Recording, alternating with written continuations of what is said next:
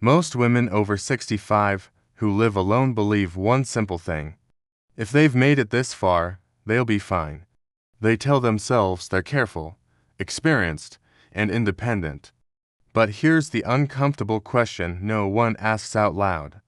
What if the real danger isn't loneliness or bad luck, but a set of quiet mistakes that build slowly and only show their damage when it's almost too late?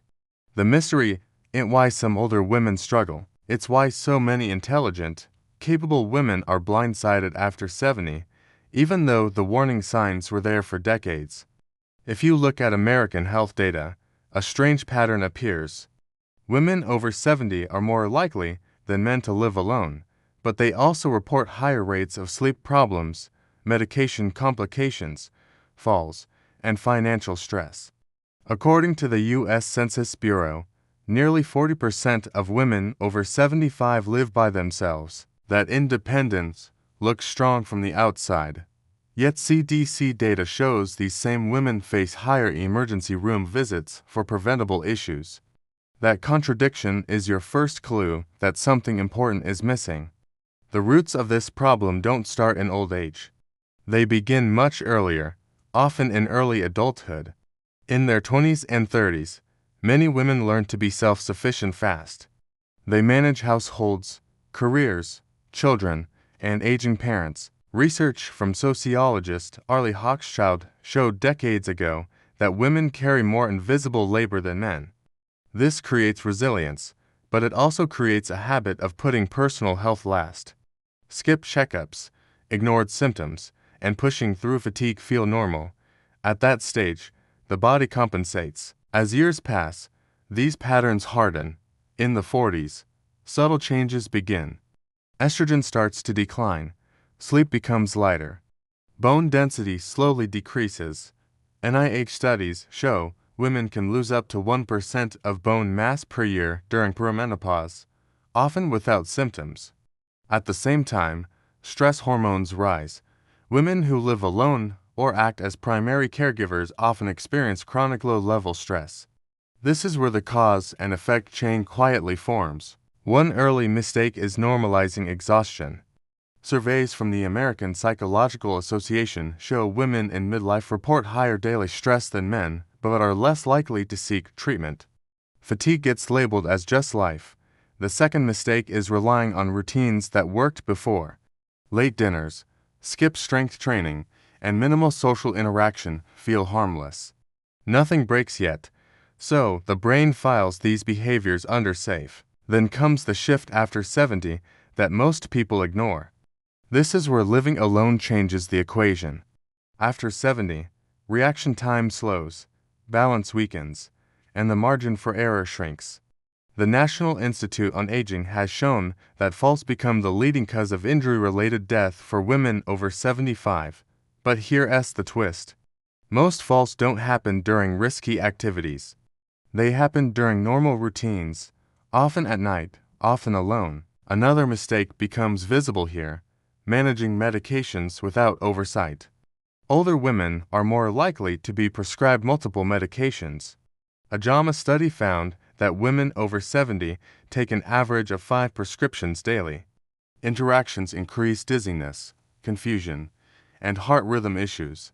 Living alone means no one notices subtle changes until something goes wrong. Social isolation is another quiet factor.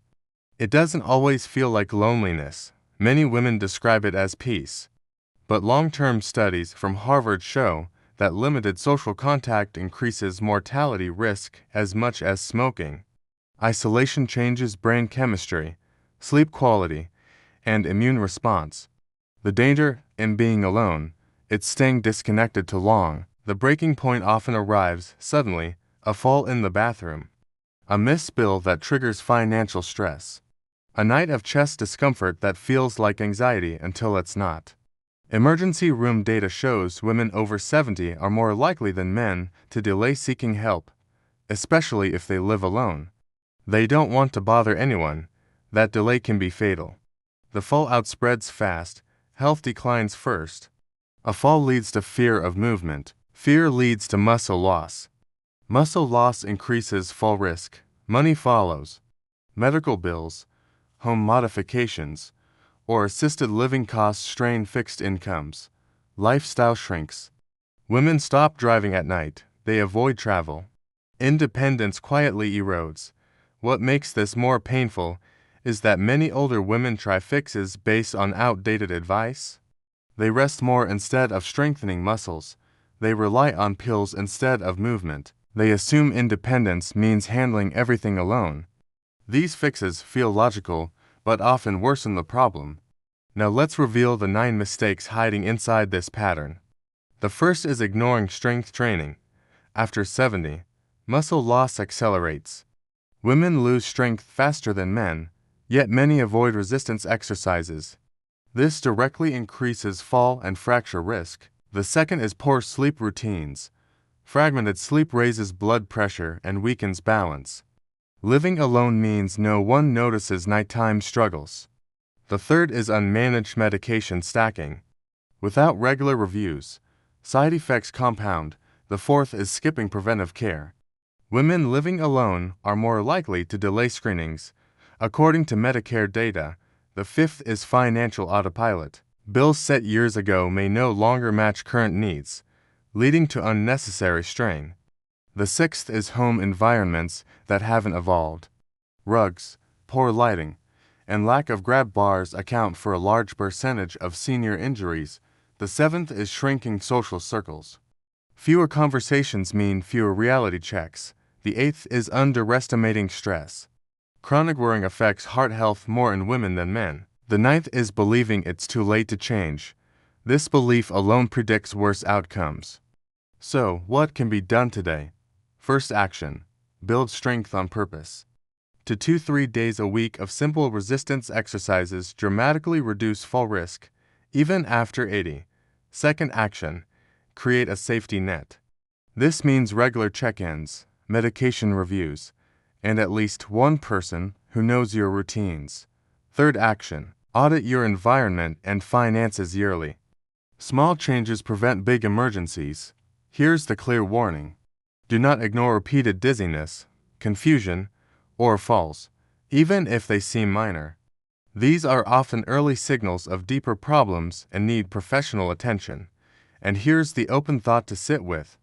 What if true independence after 70 is doing everything alone, but designing a life where one mistake doesn't turn into a crisis? If this message resonated, take a second to like it so more women see it. Share it with someone who lives alone and prides herself on independence. Comment below which mistake surprised you most. And if you want the next chapter, where we talk about the single habit that protects both mind and body after 70, subscribe now so you don't miss it.